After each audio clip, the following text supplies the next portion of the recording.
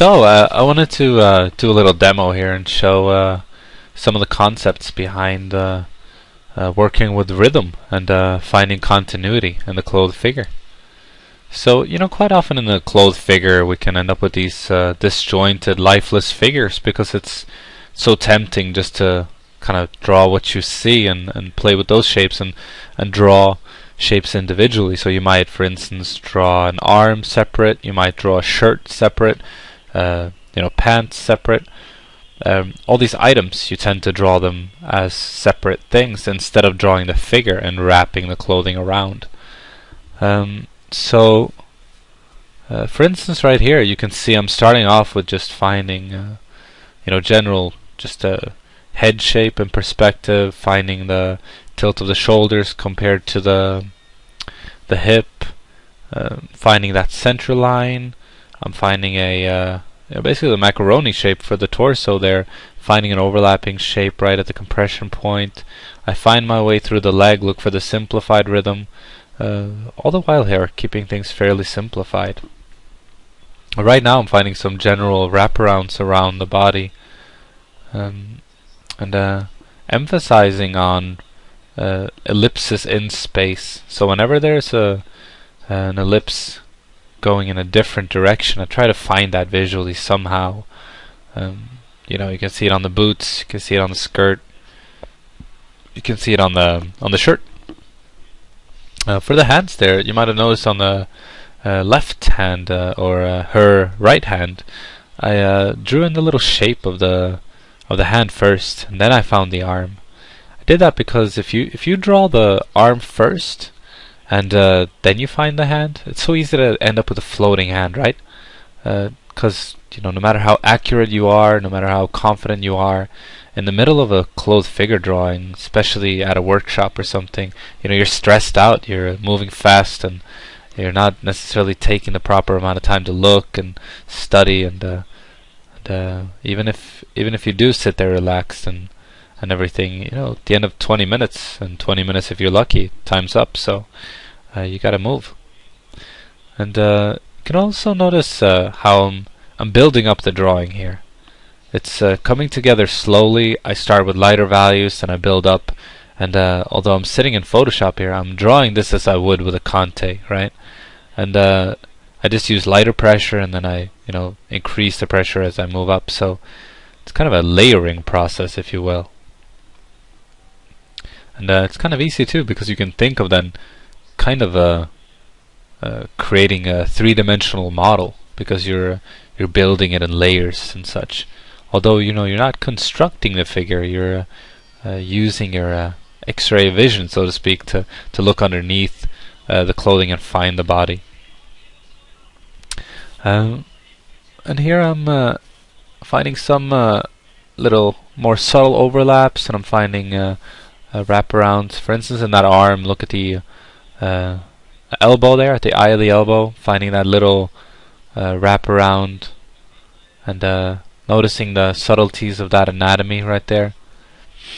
Then coming down through the torso as well, finding thickness to both the shirt and the skirt, and letting that torso, the belly there, sit within those within that fabric. And then around the waist there, I'm trying to find some patterning, some sizes, and something along the center line that will all emphasize the idea of volume there. So those little curves at the top of that wraparound, they get bigger as they get towards the center line. And then I'm making my way down the skirt here. I'm finding some drop folds on the right side of that hip, right at the tip of that hip bone there. It's kind of an important point, because so much of the gesture kind of runs into that point.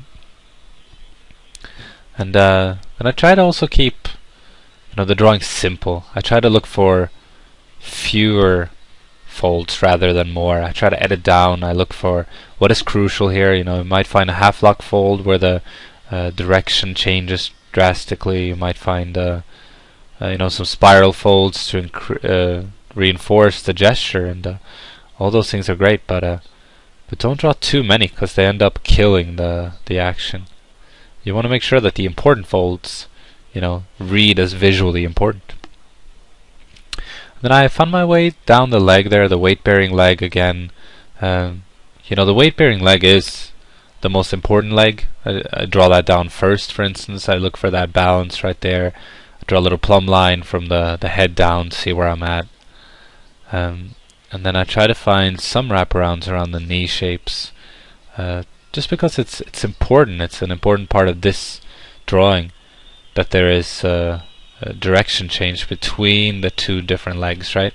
One leg's coming towards us, one is sitting back. Right now it still reads pretty flat, so trying to go back up there on the head there, and I found some anatomical shapes. Try to avoid features for as long as possible. I place some shapes along the center line to show direction.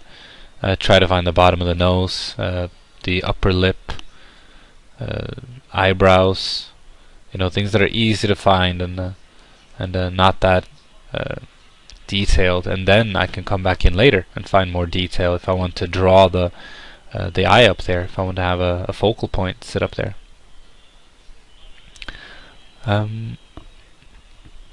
So I've also tried to kind of fill in the hair shape, right, with a solid value shape, and I do that to kind of frame the face at this point. Thinking about some areas being simple and having contrast in the area that I find interesting. So contrast between simple and complicated, for instance, that can be a nice thing to look at. And don't just do complicated shapes where you want the audience to look. Having interesting relationships are better than having a lot of information. So I've also gone ahead and filled in all the skin tone, right, at this point. I made it a little bit darker, and I did that to separate it from the clothing.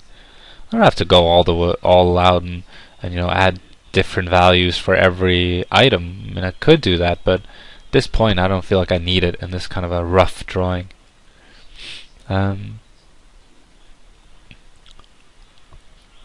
So, one thing to notice here is how there's still a center line running down through the torso, through the shirt, right?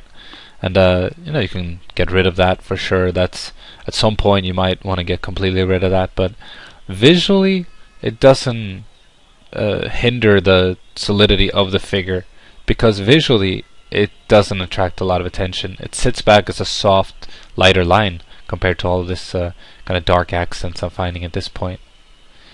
And around the legs, I was looking for the netting or stockings that this model was wearing, and I wanted to draw that because there, at any point where you can find a lot of wraparounds, you should utilize that opportunity to reinforce the three-dimensionality. And those wraparounds really made it clear that there was a difference in the direction of those two legs, meaning that the right leg or her left leg is getting foreshortened and coming towards us. So go ahead and push a little bit harder when things come forward, right? You want to use your darker marks to bring things forward and let things sit back in space with lighter marks.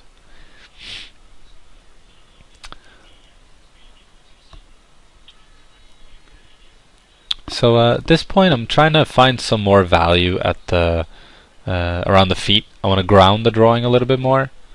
Find a little bit of a compression point at the back of that ankle on the weight-bearing leg, and just add a little bit of value to get that visual weight there. And again, I'm not being too fuzzy. I mean, the legs are okay. I could definitely work on that more, but think about what's the point of the drawing, and that's not really the point at this point. I would much rather spend my time here and find the prop that this model is leaning on. And what am I looking for here? Just general perspective on the chair.